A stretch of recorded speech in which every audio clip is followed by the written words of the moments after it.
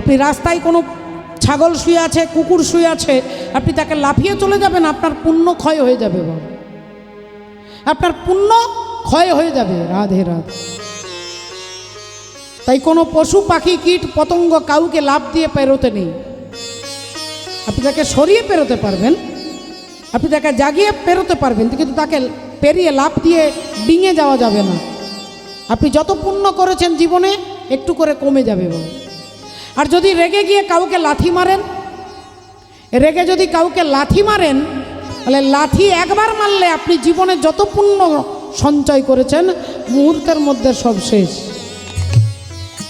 যত পুণ্য সঞ্চয় করেছেন জীবনে একবার লাথি মারলে সব হরিবোল হয়ে যাবে। তাহলে চিত্রাঙ্গদা দেবী ভাবছে লোকটাকে তো ওঠাতে হবে। এই যে শুনছেন, আপনাকে বলছি, হ্যাঁ উঠুন উঠুন উঠুন উঠুন। অর্জুন ঘুমিয়েছিল, তাকিয়েছে, তাকিয়ে দেখছে রাজপুত্র দাঁড়িয়ে আছে, কি সুন্দর দেখতে। আহা, দেখলে নয়ন জুড়িয়ে যায়, কি সুন্দর রাজপুত্র আমাকে ডাকছে। কি হয়েছে? চিত্রাঙ্গদা বললেন এখান থেকে সরো, দেখতে পাচ্ছ না আমি ঘোড়া নিয়ে যাচ্ছি। বললেন দেখুন আমি তো রাস্তার ওপরে শুয়ে নেই, আমি রাস্তার পাশে শুয়ে আছি, আপনি আমার পাশ দিয়ে চলে যান। চিত্রাঙ্গদা দেবী বলে উঠলেন আমি তোমার পাশ দিয়ে যাব না, তোমাকে আমি উঠতে বলছি, তুমি ওখান থেকে উঠবে। অর্জুন বললেন না, আমি এখান থেকে তো উঠবো না, এখান থেকে আমি উঠবো না, আপনি আমার পাশ দিয়ে চলে যান। চিত্রাঙ্গদা দেবী বললেন আমি তোমার পাশ দিয়ে যাব না, তোমাকে উঠতে হবে, আমি তোমাকে বলছি তুমি ওঠো।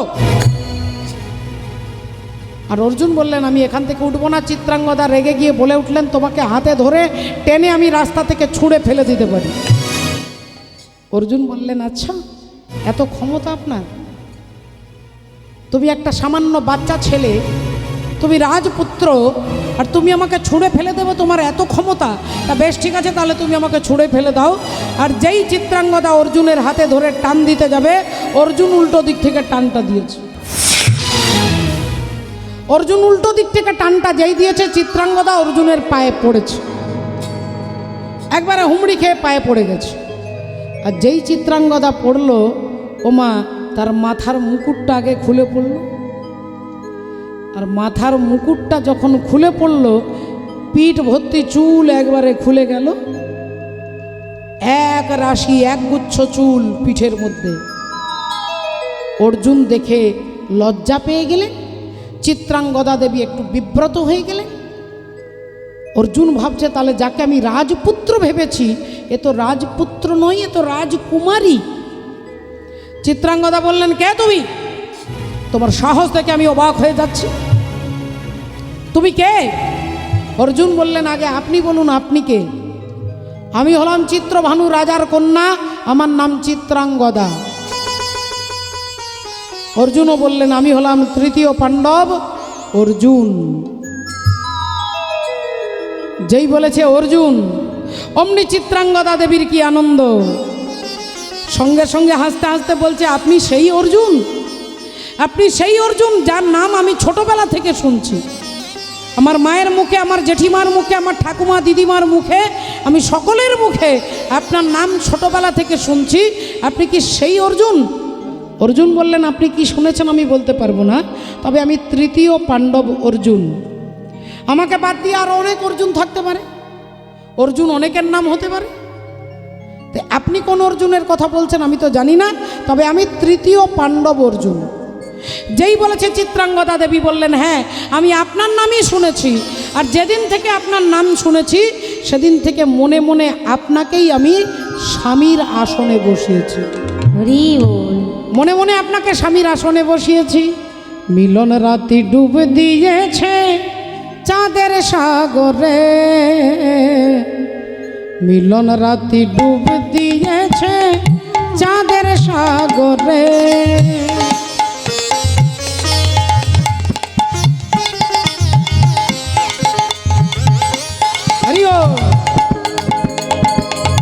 মিলন রাতি ডুব দিয়েছে চাঁদের সাগরে, মিলন রাতি ডুব দিয়েছে চাঁদের সাগরে। তারার মালা জড়িয়ে ধরে, তারার মালা জড়িয়ে ধরে, তারার মালা বাঁকা সাগরে মিলন রাতি ডুবি দিয়েছে সাগরে, মিলন রাতি ডুবি দিয়েছে চারা সাগরে। হ্যাঁ হ্যাঁ হ্যাঁ, আপনি সেই অর্জুন, আমি আপনাকে বিয়ে করতে চাই। আহা রাধে, মিলন রাতি ডুব দিয়েছে চাঁদের সাগরে, মিলন রাতি ডুবি দিয়েছে চাঁদের সাগরে। কি বলছে দেখুন, রাধে রাধে। চিত্রাঙ্গদা দেবীর মনের বাসনাটা কি?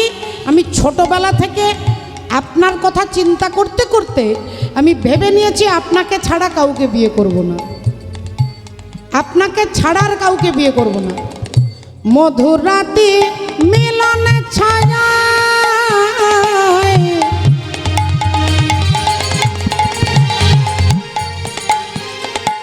আমি যেন সদা তোমার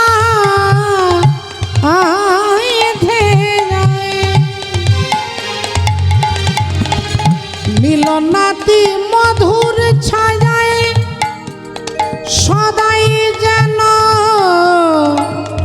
তোমায় বলি আমি যেন তোমায় পাই, আমি যেন তোমায় পাই।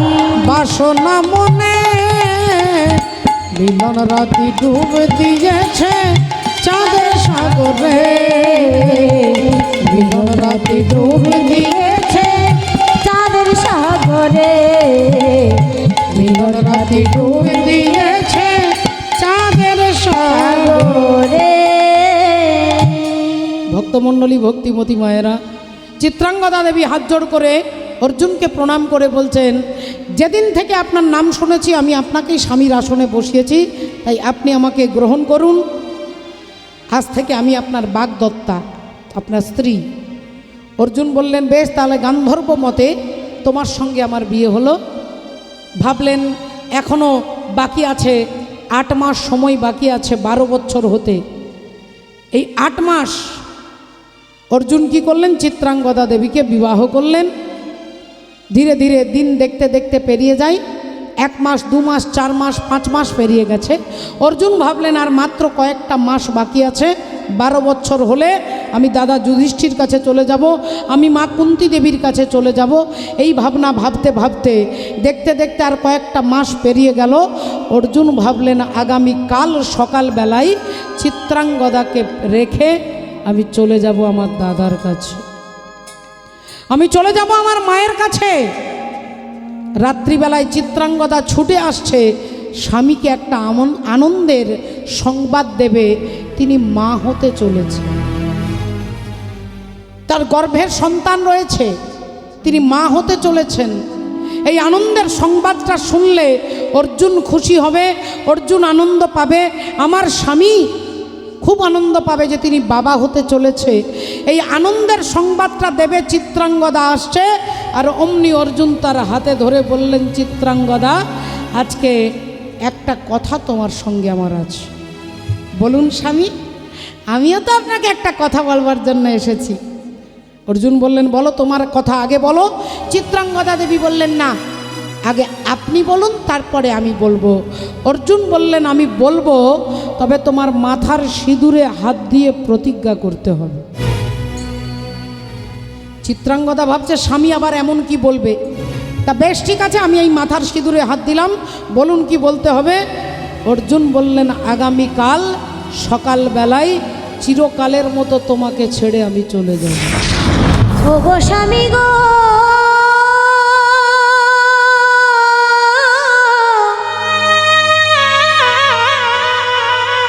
না না এ হতে পারে না,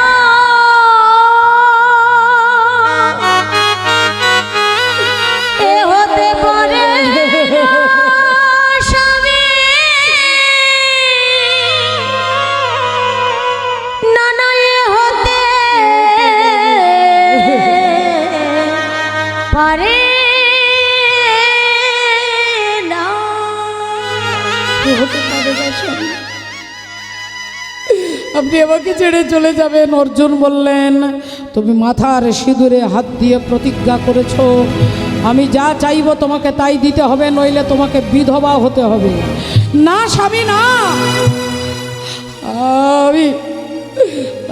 আমি শত দুঃখ শত ব্যথা বুকে রেখে আমি আপনাকে বাধা দেব না স্বামী। অর্জুন বললেন, আরেকটা কথা, মাথার সিঁদুরে হাত দিয়েছ তাই বলছি, আমি যে তোমার স্বামী এ কথা তুমি কাউকে বলতে পারবে না। আমি যে তোমার স্বামী এ কথা কাউকে বলতে পারবে না। চিত্রাঙ্গদা দেবীর চোখ থেকে টপ টপ করে জল পড়ছে। মা তার বলার আর কোনো ভাষা নেই। জানে জানে কে প্রিয় राम लखन सिए बन को जाते हैं, विधि ना तेरी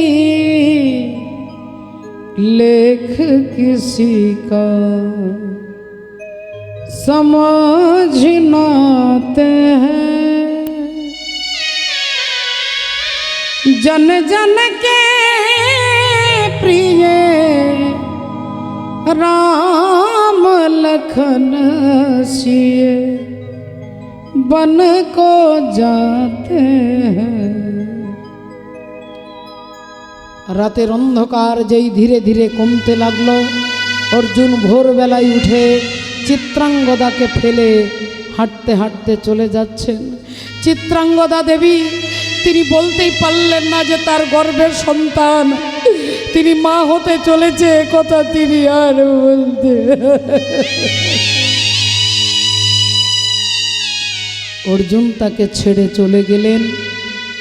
চিত্রাঙ্গদা দেবী হতাশ হয়ে এক রাশ ব্যথা বুকে নিয়ে তিনি ঘরে ফিরে এলেন।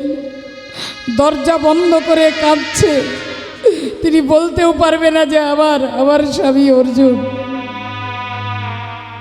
আর তিনি অর্জুনকে বাধা দিতেও পারবে না।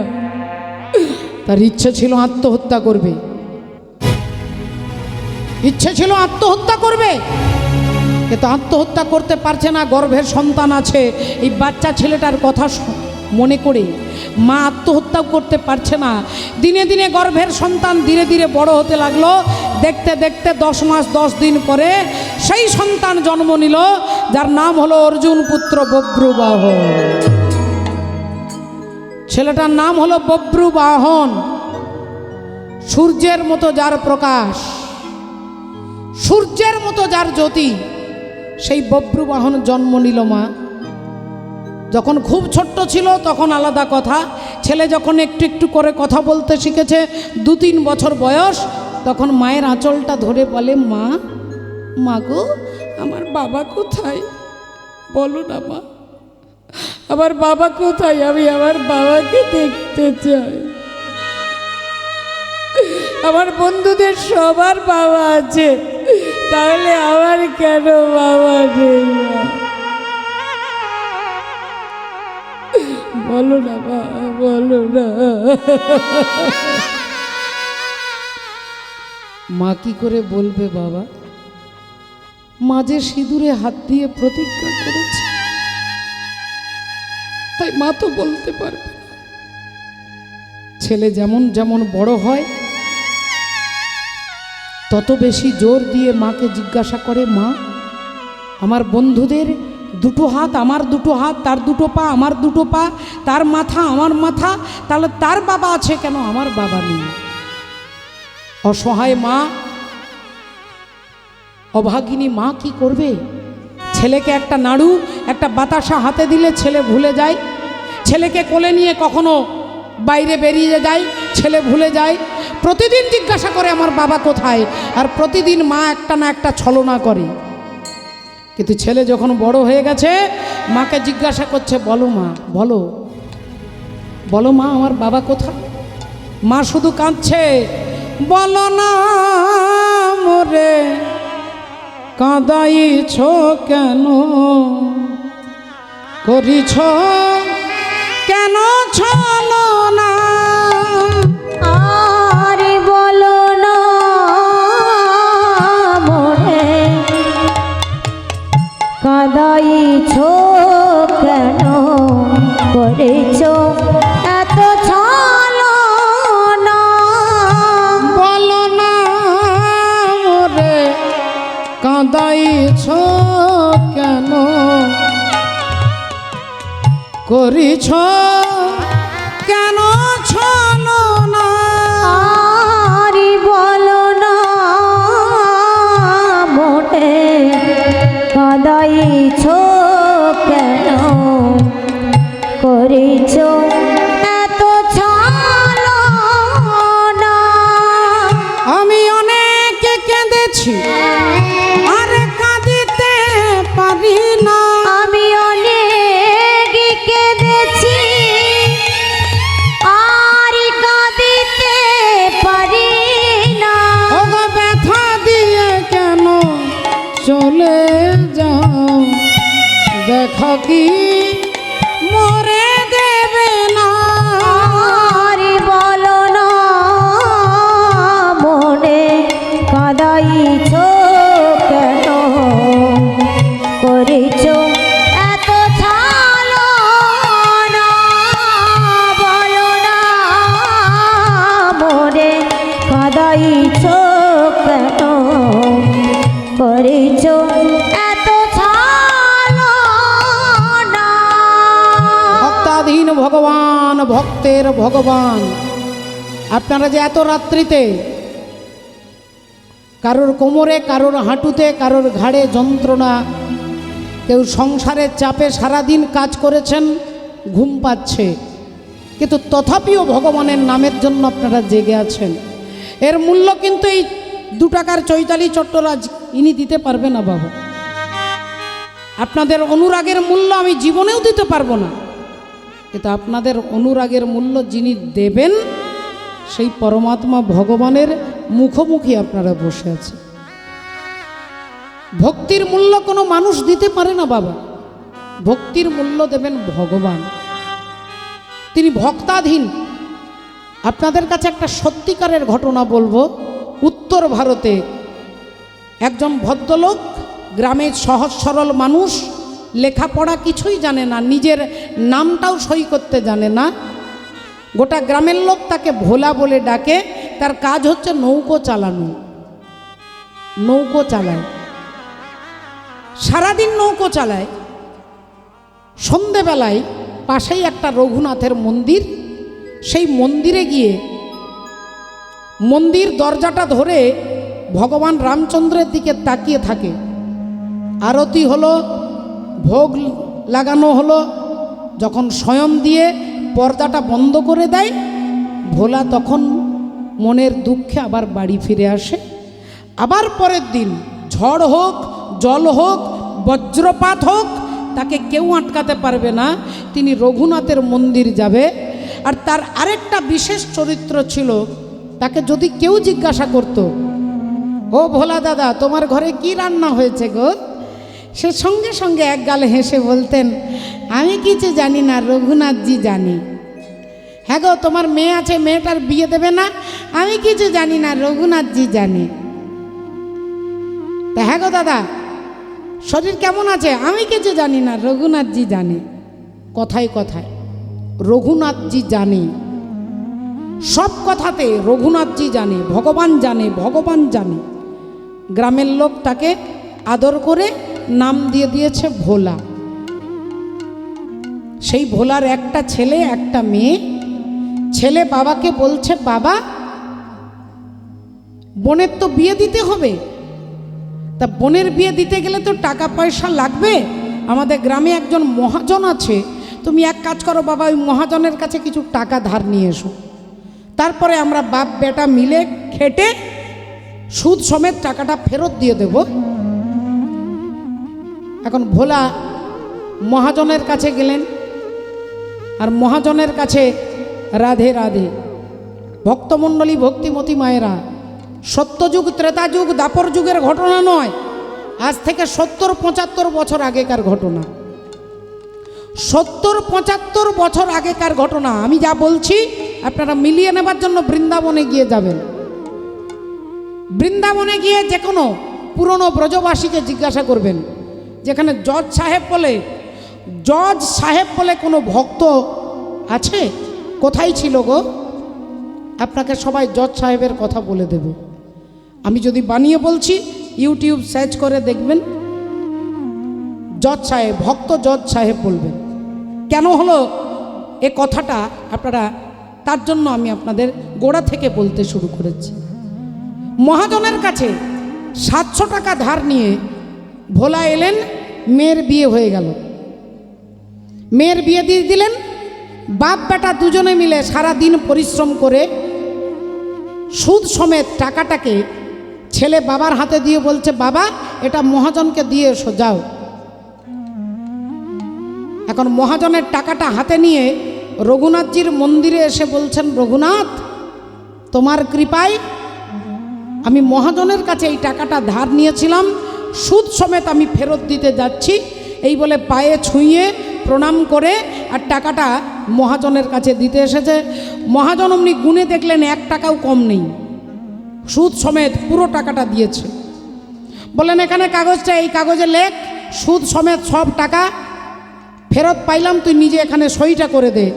ভোলা উনি হাত জোড় করে বলছে, হুজুর আমি লেখাপড়া জানি না হুজুর, আমি তো নিজের নামটা লিখতে পারবো না, আপনি আমার আঙুলে কালি লাগিয়ে দেন, আমি টিপ সই দিয়ে দেবো। মহাজনের অমনি লোভ হয়ে গেল। ভাবলেন এই লোকটা লেখাপড়া জানে না, তাহলে একে ঠকানো সোজা হবে। তাড়াতাড়ি বললেন, যা তো ওই মগের জলটা নিয়ে যায়, যা ওই ঘটির জলটা নিয়ে আয়, যা। আর ভোলা যেই জলটা আনতে গেল, অমনি সব টাকা বুঝিয়া পাইলাম এই কাগজটাকে লুকিয়ে দিয়ে একটা মিছিমিছি কাগজ কিছু দাগ টাগ দিয়ে আর ভোলার হাতের টিপসইটা দিয়ে আর পাঠিয়ে দিলে। ভোলা অমনি কাগজটা এনে রঘুনাথজির চরণে নামিয়ে দিয়ে বলছে, রঘুনাথজি তোমার কৃপায় আজ আমি সব সুদ সমেত ফেরত দিয়ে দিয়েছি। রঘুনাথজি তুমি দয়া করো, এভাবে আমায় দয়া করবে। এভাবে 2-3টে মাস পেরিয়ে গেল। মহাজন গিয়ে কোর্টে গিয়ে কেস করে দিল যে এই ভোলা নামক ব্যক্তি আমার 1000 টাকা নিয়েছিল, আমাকে 1 টাকাও ফেরত দেয়নি। ভোলার নামে কেস হয়ে গেল। রাধে রাধে। এখন ভক্তমণ্ডলী, ভক্তিমতী মায়েরা সেই কাগজটা নিয়ে এখন কোর্টের লোক কেস করে দিয়েছে। কোর্টের কর্মচারী গিয়ে কাগজটাকে নিয়ে বলছে, এখানে রঘুনাথ বলে কে আছে। এখন সবাই বলছে, তো এখানে তো কেউ রঘুনাথ বলে থাকে না, তবে রঘুনাথের একটা মন্দির আছে, রঘুনাথ বলে কেউ থাকে না। এখন কোর্টের লোকটা ভাবছে তাহলে মন্দিরের মালিকের নাম মনে হয় রঘুনাথ। মন্দিরে চিঠিটা দিয়ে চলে গেছে, আর মন্দিরের পূজারী চিঠিটা খুলে দেখছে ভোলার নামে কেস হয়ে গেছে।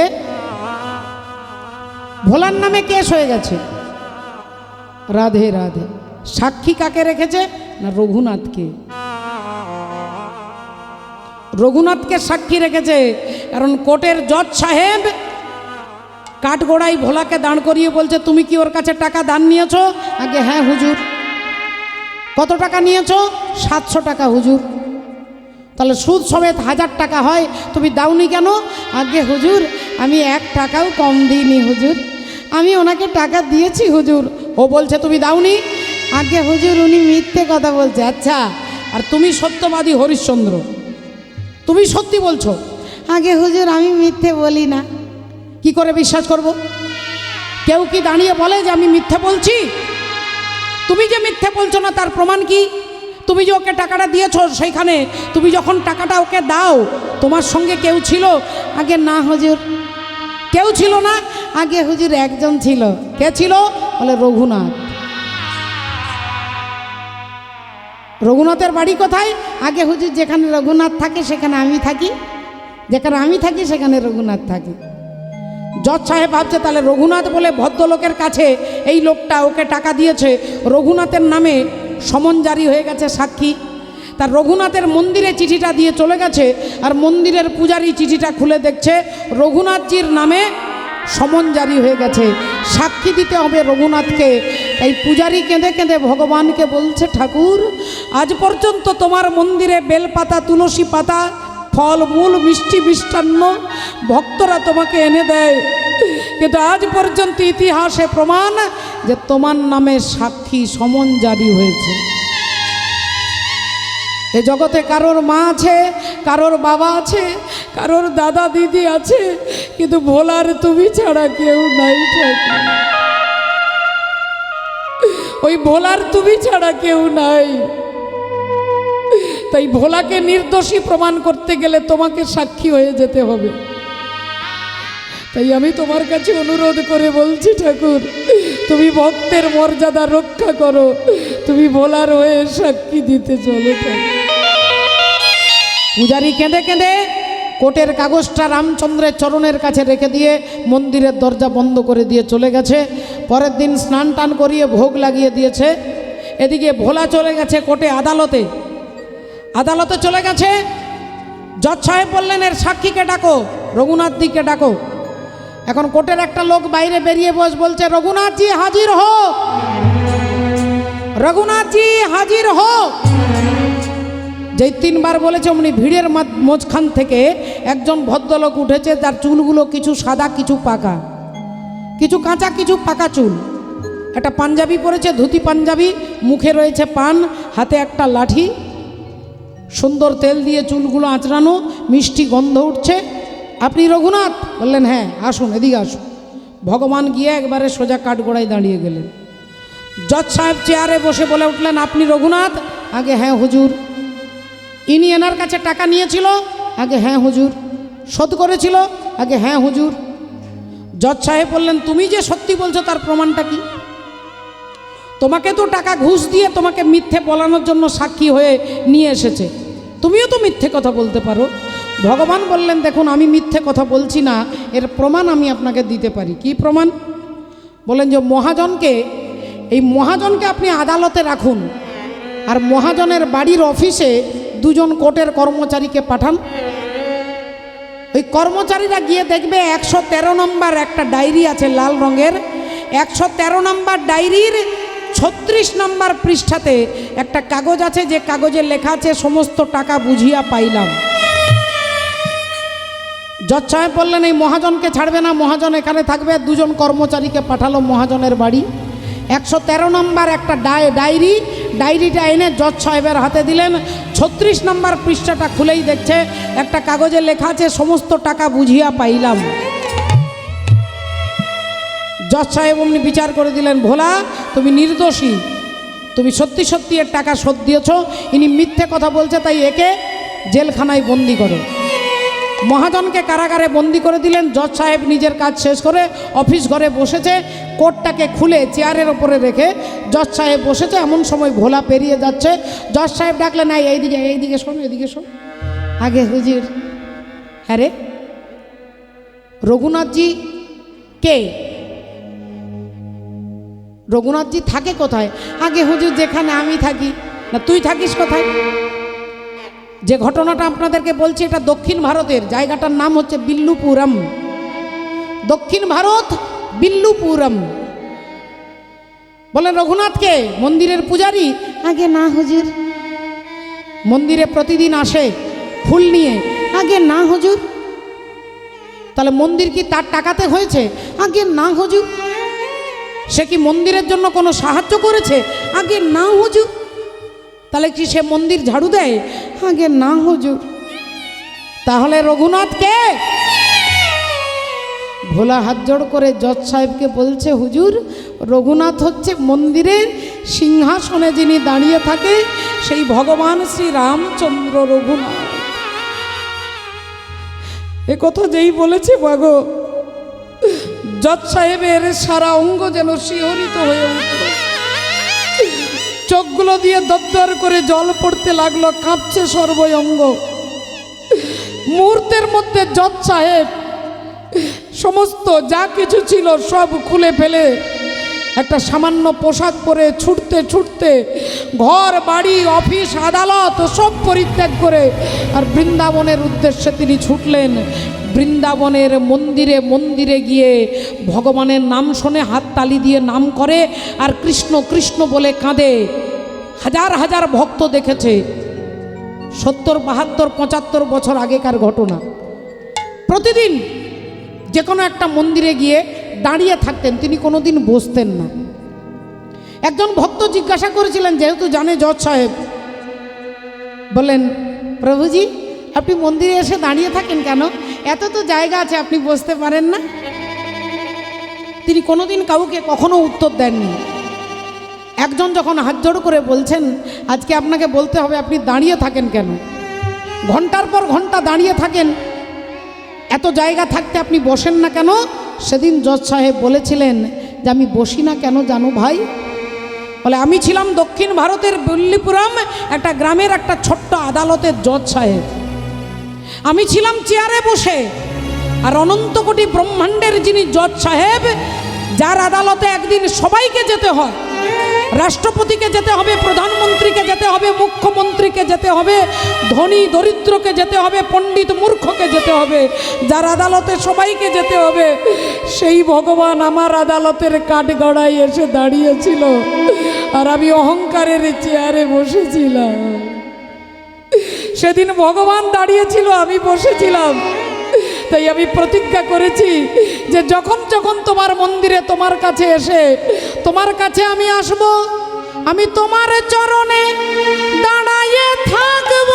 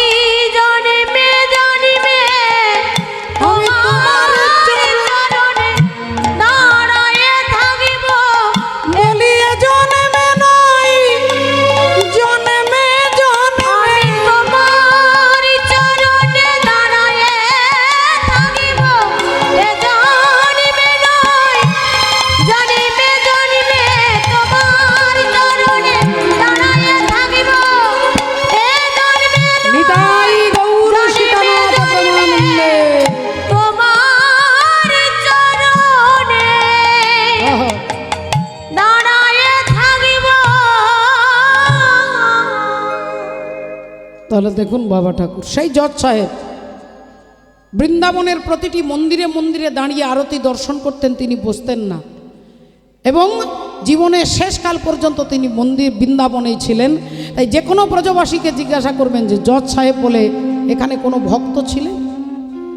ভক্তকে কেউ জজ সাহেব বলে না, মহারাজজি বলে, প্রভুজি বলে, বাবাজি বলে, সাধুজি বলে, কিন্তু উনি জজ সাহেব ছিলেন বলে গোটা ব্রজবাসী তাকে জজ সাহেব বলেই ডাকতেন। তাহলে 75 বছর আগে যদি ভগবান ভক্তের হয়ে সাক্ষী দিতে আসে, তাহলে কি এই 2025 সালে দিতে আসবে না মা? কিন্তু সেই বিশ্বাস, সেই অনুরাগ যদি আমার হয় তবে তো তিনি সাক্ষী দিতে আসবে। আর যদি সেই ভালোবাসাই আমার না থাকে, তাহলে ভগবান আসবেন কেন? লোকে বলে কৃষ্ণ পাষাণ, সাড়া দিতে জানে না, আর মন বলে আকুল হয়ে কেউ তো তারে ডাকে না। হরি বল। তাই মাগো, আজকে দেখুন সেই অর্জুন চলে গেলেন, চিত্রাঙ্গদা দেবীর ছেলে বব্রুবাহন বড় হলো। প্রতিদিন জিজ্ঞাসা করে আমার বাবা কোথায়? মা কেঁদে কেঁদে বলছে, ওরে আমাকে জিজ্ঞাসা করিস কেন, চলে যা মন্দিরে, ওই গিরিধারী গোপালকে গিয়ে জিজ্ঞাসা কর তোর বাবা কোথায়। ওই গিরিধারী গোপালই জানে তোর বাবা কে, তোর বাবা কোথায়। ছেলে বললেন, মা আমি প্রতিজ্ঞা করে বলছি আজ থেকে তোমাকে আর জিজ্ঞাসা করব না, আজ থেকে তোমাকে জিজ্ঞাসা করব না। আজ থেকে যদি বাবাকে আমার জানতে হয়, তাহলে আমি জগৎপতিকে, জগৎ পিতাকে আগে খুঁজব। আমি জগৎ পিতাকে খুঁজব, আর যদি জগৎ পিতা কৃষ্ণকে খুঁজে পাই, তাহলে আমি আমার বাবাকে দেখতে পাবো, দেখিতে পাবো। বলো ভগবান কৃষ্ণচন্দ্র কি জয়। ও শ্রী পাকে বিহারী লাল গোপাল मन मन रखियो अपनी चरणन में।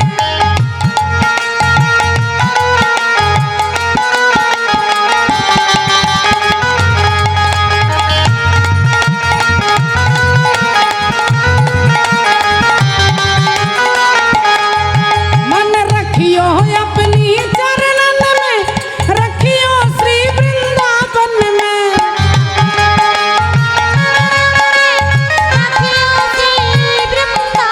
तेरे बाके हो तेरे बाके हो तेरे बाके बिहारी लाल गोपाल, मन रखियो अपनी चरणन में।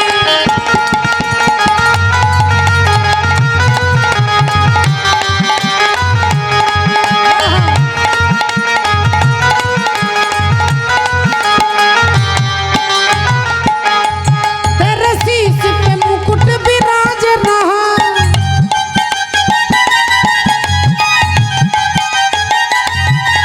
कानों में कुंडल साज रहा। तेरे शीश पे मुकुट विराज रहा, कानों में कुंडल साज रहा। तेरे गले में हो तेरे गले में हो तेरे गले में बजंती माल गोपाल, मन रखियो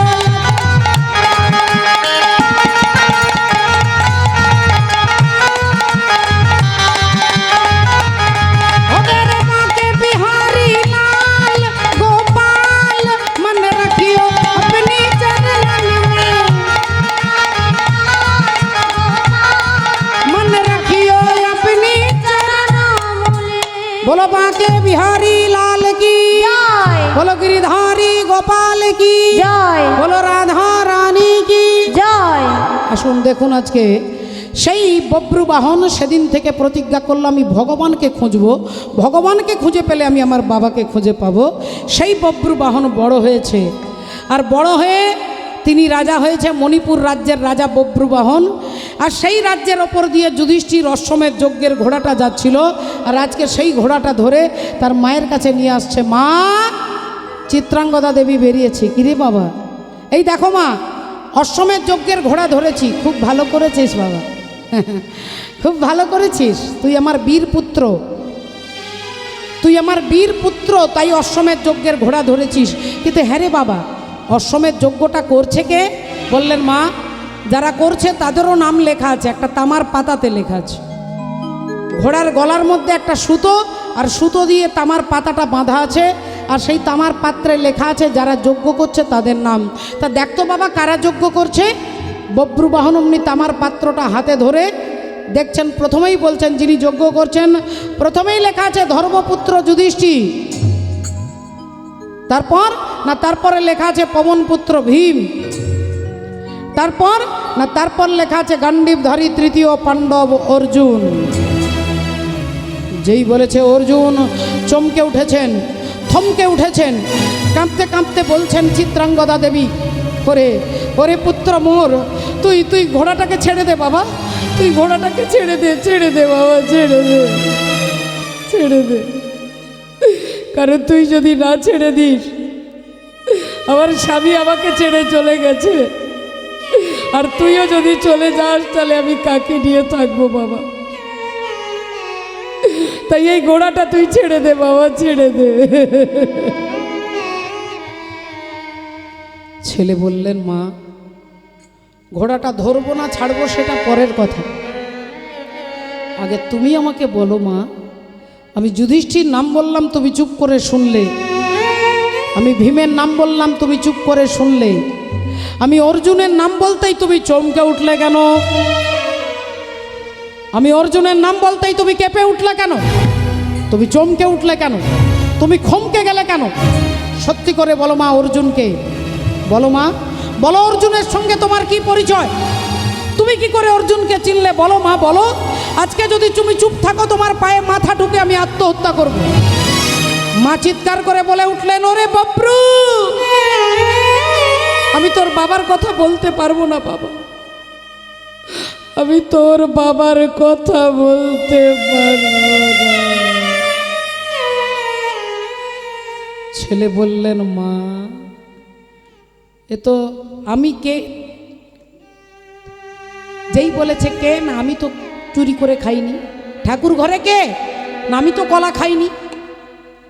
আমি তোমাকে জিজ্ঞাসা করলাম অর্জুনকে, তুমি বলছো আমি তোর বাবার কথা বলতে পারবো না। তাহলে সত্যি করে বলো মা, অর্জুন কি আমার জন্মদাতা পিতা? বলো মা, বলো বলো, তুমি চুপ করে থেকো না, বলো বলো, অর্জুন কি আমার বাবা? অর্জুন কি আমার জন্মদাতা পিতা? বলো মা, বলো তুমি, আমার দিকে তাকিয়ে বলো অর্জুনকে। চিত্রাঙ্গদা দেবী চোখ দিয়ে দরদর করে জল পড়ে যাচ্ছে, তিনি বলতে পারছে না। বুঝতে পেরে গেছি মা, বুঝতে পেরে গেছি, তুমি আজকে বলতে পারছো না। যে কথা মনের কথা জানি না কেন, মুখে সে থেমে গেল, বলা গেল না, বলা হলো না। মাগো, তোমাকে বলতে হবে না, আমি বুঝতে পেরে গেছি মা, আমি বুঝতে পেরে গেছি। অর্জুন আমার জন্মদাতা পিতা, অর্জুন আমার বাবা, আর তুমি সেই অর্জুনের পরিত্যক্তা স্ত্রী। তাই আমি প্রতিজ্ঞা করে বলছি মা, একদিন অর্জুনকে তোমার পাশে দাঁড় করিয়ে দেব, একদিন অর্জুনকে তোমার পাশে দাঁড় করিয়ে দেব। এই আমি চললাম মা, এই আমি চললাম অর্জুনের কাছে। এই বলে বব্রু বাহন ছুটতে ছুটতে যাচ্ছে। এদিকে ভগবান কৃষ্ণ অর্জুনকে নিয়ে আসছে রথে করে। বললেন মণিপুর রাজ্যের রাজা তোমার অশ্বমেধ যজ্ঞের ঘোড়া ধরেছে, তাই যুদ্ধ করতে হবে। অর্জুন চলো চলো মণিপুরে, অর্জুন চলো চলো মণিপুরে, অর্জুন চলো চলো মণিপুরে, অর্জুন চলো চলো মণিপুরে, আহা চলো চলো মণিপুরে, আহা চলো চলো মণিপুরে। বলে যত কিছু ব্যথা ছিল মনে গাথা, আহা যত কিছু দেখা ছিল মনে গাথা, যত কিছু ব্যথা ছিল মনে গাথা, যত কিছু ব্যথা ছিল মনে গাথা, সব পাবে ওই পুরে। চলো চলো মণিপুরে, অর্জুন চলো চলো মণিপুরে, চলো চলো মণিপুরে। অর্জুনকে নিয়ে আসছে, বলছে যুদ্ধ করতে হবে মণিপুর রাজার সঙ্গে, চলো। ভগবান অর্জুনকে নিয়ে এদিকে আসছে, এদিকে বব্রু বাহন ছুটছে। পিতা পিতা পিতা বলি ছুটিতে লাগিল, পিতা পিতা পিতা বলি ছুটিতে লাগিল, পিতা পিতা পিতা বলি চলে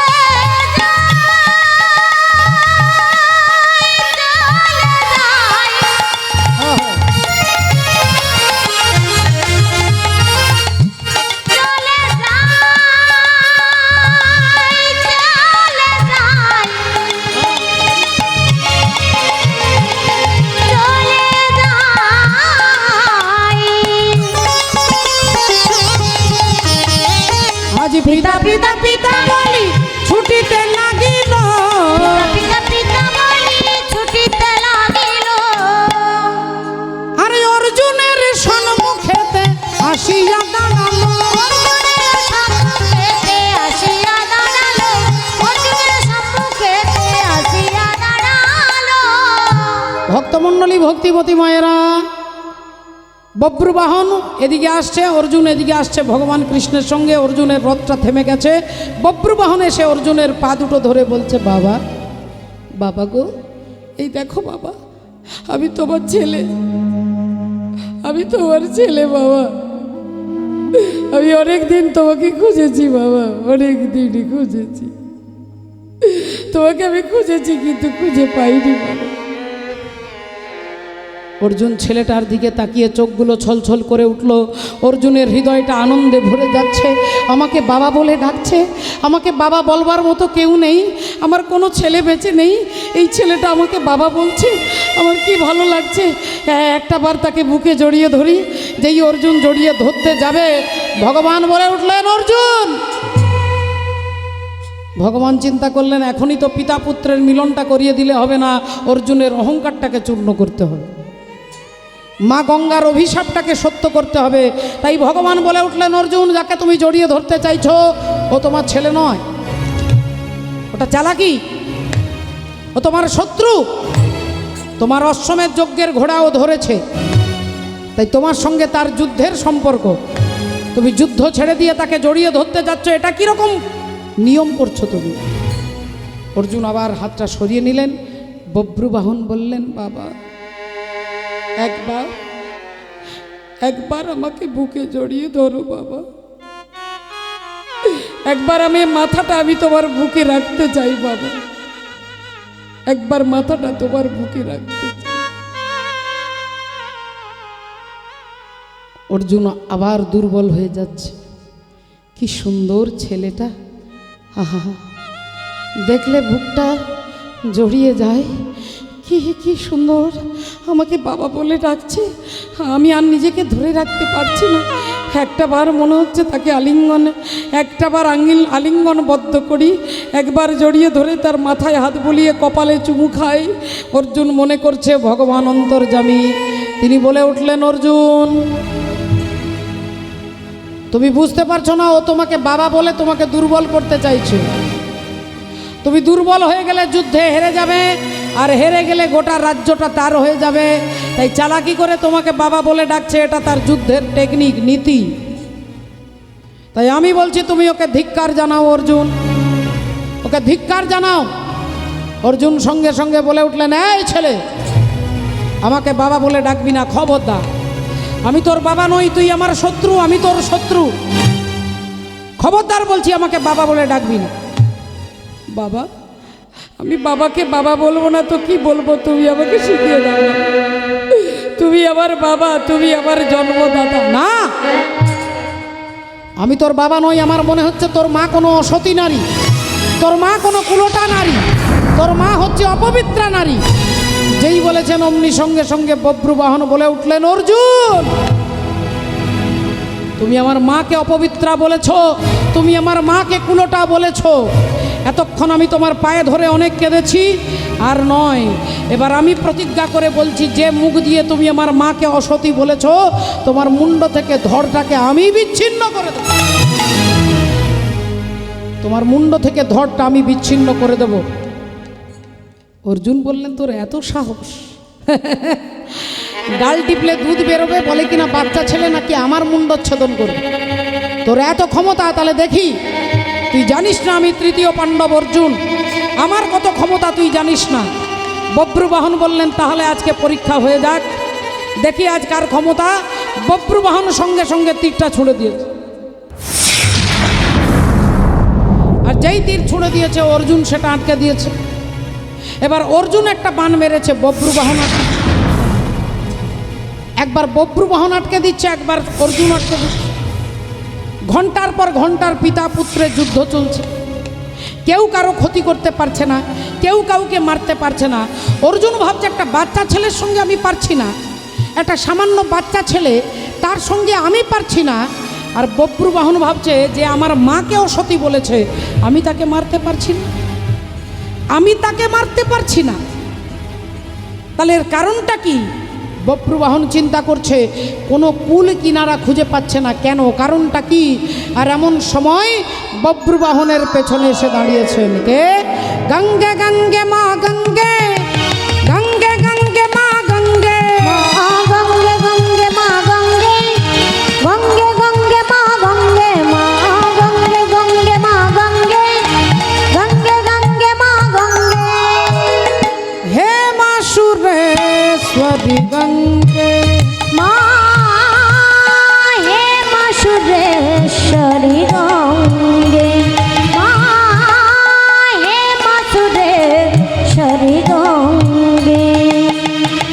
গঙ্গে গঙ্গে মা গঙ্গে, গঙ্গে গঙ্গে মা গঙ্গে, গঙ্গে গঙ্গে মা গঙ্গে, গঙ্গে গঙ্গে মা গঙ্গে, মা গঙ্গে গঙ্গে মা গঙ্গে, গঙ্গে গঙ্গে মা গঙ্গে। গঙ্গা দেবী এসে দাঁড়িয়ে বললেন, বব্রু,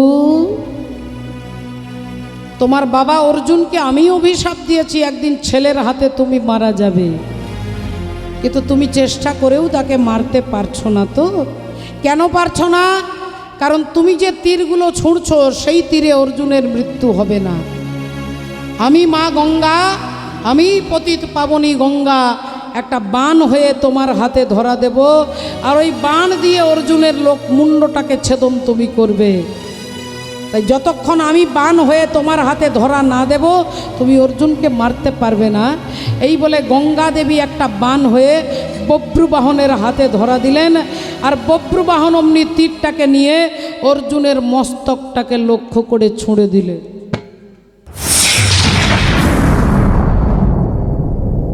যেই ছুঁড়ে দিলেন অমনি মুন্ডটা কাটা হয়ে গেল, মুন্ড কাটা হয়ে গেল। রাধে রাধে। অর্জুনের মুন্ডটা পড়ে গেল, কাটা মুন্ড পড়ে গেল, ধড় ছটপট করছে। আর এমন সময় চিত্রাঙ্গদা দেবী ছুটতে ছুটতে আসছে।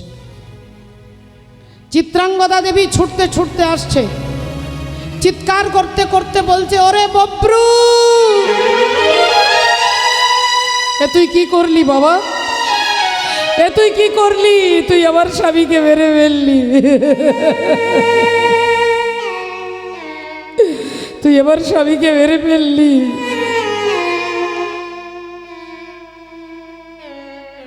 তুই আমার স্বামীকে যখন মেরেছিস, আমি সতী নারী, আমি পবিত্রা নারী, তুই আমার সামনে আমার স্বামীকে মেরেছিস, তাই তুই পুত্র হলেও আমি মা হয়ে তোকে হত্যা করব। ছেলে বললেন, মা, এ তো ইতিহাস রচনা হয়ে যাবে, এতে ইতিহাস হবে, সারা জগৎ দেখবে যে একজন স্ত্রী তার স্বামীর মৃত্যুর প্রতিশোধ নিতে একজন মা হয়ে তার সন্তানকে খুন করছে। লক্ষ লক্ষ ভারতবাসী, অখণ্ড বিশ্ববাসী দেখবে একজন সতী নারীর তার চরিত্রের গুণ, তার স্বামীর মৃত্যুর জন্য দায়ী তার পুত্রকে, একজন মা তার পুত্রকে খুন করবে। আর এই মৃত্যুটা আমার মৃত্যু নয় মা, এটা আমার অমর হয়ে যাওয়া। তুমি আমায় মারো মা, তুমি আমায় হত্যা করো, আমি তোমার কাছে দাঁড়িয়েছি, তোমার হাতেই হবে আমার মৃত্যু, আর সেই মৃত্যুটা হবে স্বর্গের থেকে আরও বেশি আনন্দের। মারো মা, মারো। চিত্রাঙ্গদা দেবী তীর ধনুক নিয়ে ছেলেকে লক্ষ্য করে তীরটা নিয়ে যাই মারতে যাবে, অমনি যুগে যুগে তুমি এলে এ ধরাতে, যুগে যুগে তুমি এলে এ ধরাতে, যুগে যুগে তুমি এলে এ ধরাতে, যুগে যুগে তুমি এলে এ ধরাতে, ওগো রাখিতে ভক্তের মা,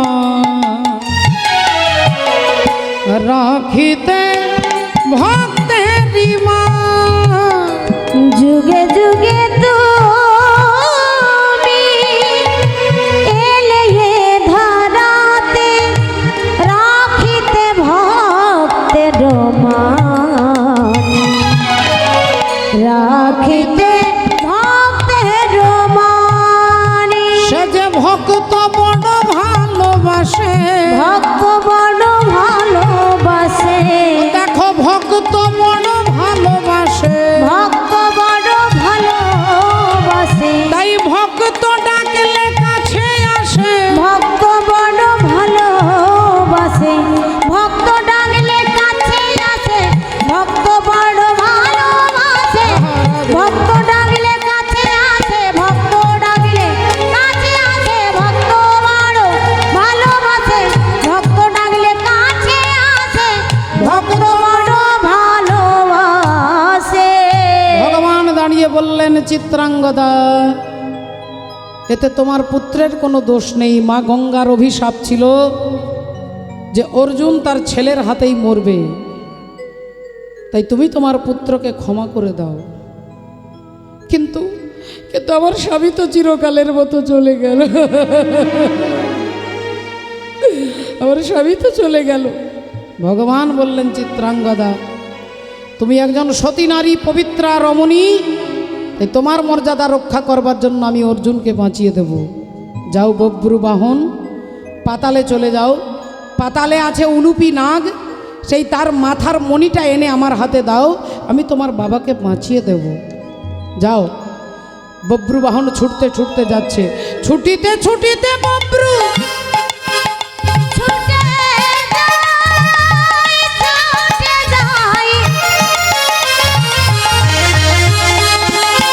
বব্রু ছুটে যাই রে, ছুটে যাই।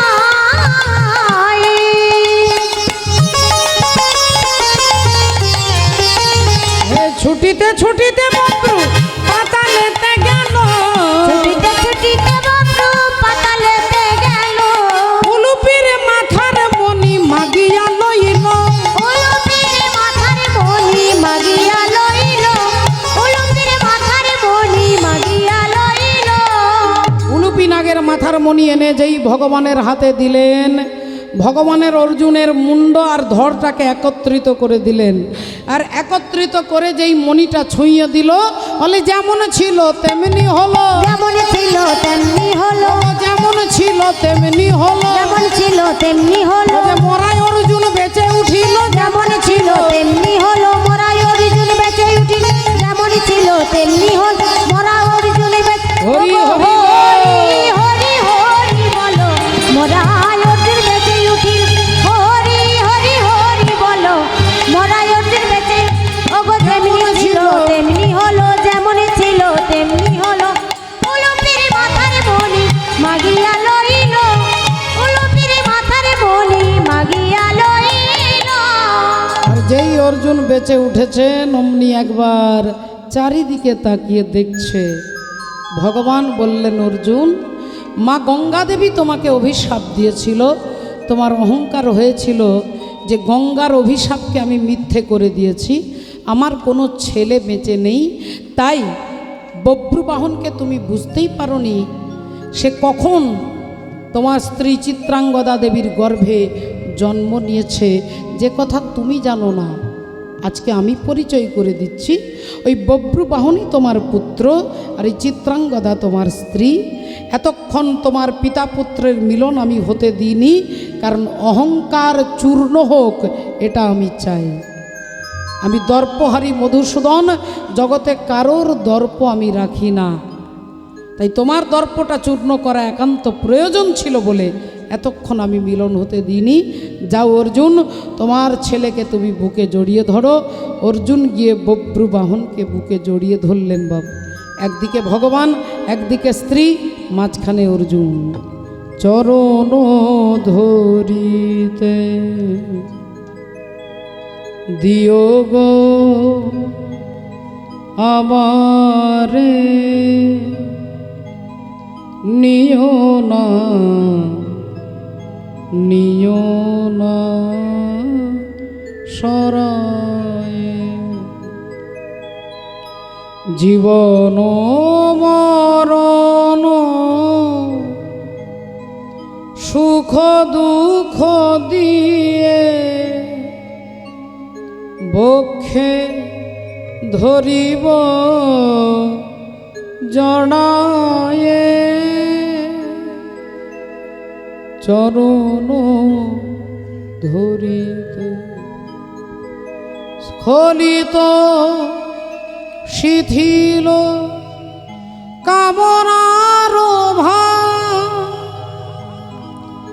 বহিয়া বহিয়া ফিরি কত নিজ হাতে তুমি গেথে নিও, দিও না আমারে ছড়ায়ে, চরণ ধরিতে। তাই ভগবানের পাশে ভক্ত দাঁড়ালেন। একবার হাত তুলে আমরা সবাই মিলে বলবো, হরে কৃষ্ণ হরে কৃষ্ণ হরে কৃষ্ণ হরে কৃষ্ণ কৃষ্ণ কৃষ্ণ কৃষ্ণ হরে হরে হরে হরে হরে রাম হরে রাম হরে হরে রাম রাম রাম রাম রাম রাম হরে হরে হরে। হরে। আপনাদের সকলের চরণে আমার কোটি কোটি প্রণাম। এত রাত্রি পর্যন্ত আপনারা যে কজন আছে, আমি বলছি না যে আমার 10,000 দরকার, কিন্তু আপনাদের মতো অনুরাগী ভক্ত যদি হরিবাসরে 10 জনও থাকে, সেটা একটা কীর্তনিয়ার সবথেকে বড় আনন্দের কারণ। তাই সকলের চরণে দণ্ডবোধ প্রণাম জানিয়ে আজকে ভক্ত ভগবানের মিলনে একবার আমরা একটু ভজন গানের মধ্য দিয়ে আনন্দ করব। এই বাড়ির দিদি ভাই বোনেরা সকলে বলেছেন, তা চলুন আমরা একটু আনন্দ করে। হ্যাঁ, জয় রাধে জয় রাধে। দাদা ভাই একটু একটু একটু হরে কৃষ্ণ, জয় নিতাই, জয় রাধেশ, জয় রাধে। ওগো ভক্ত আর ভগবানের মিলন হইল, ভক্ত আর ভগবানের মিলন হইল, ভক্ত আর ভগবানের মিলন হইল, ভক্ত আর ভগবানের মিলন হইল। প্রেমানন্দে বাহু তুলে হরি হরি বলো, প্রেমানন্দে বাহু তুলে হরি হরি বলো, প্রেমানন্দে বাহু তুলে বলো হরি। আহা সবে মিলে জয় দাও বলো হরি হরি, সবে মিলে জয় দাও বলো হরি হরি। মধুর মধুর মিলন আজি বৃন্দাবন পুরী, মধুর মধুর মিলন আজি বৃন্দাবন। জয় রাধে রাধা গোবিন্দ বলো জয় রাধে জয় রাধে জয় রাধে জয় রাধে জয় রাধে জয় রাধে জয় রাধে জয় রাধে জয় রাধে। जय राधे राधे राधे जपा करो, कृष्ण नाम रस पिया करो।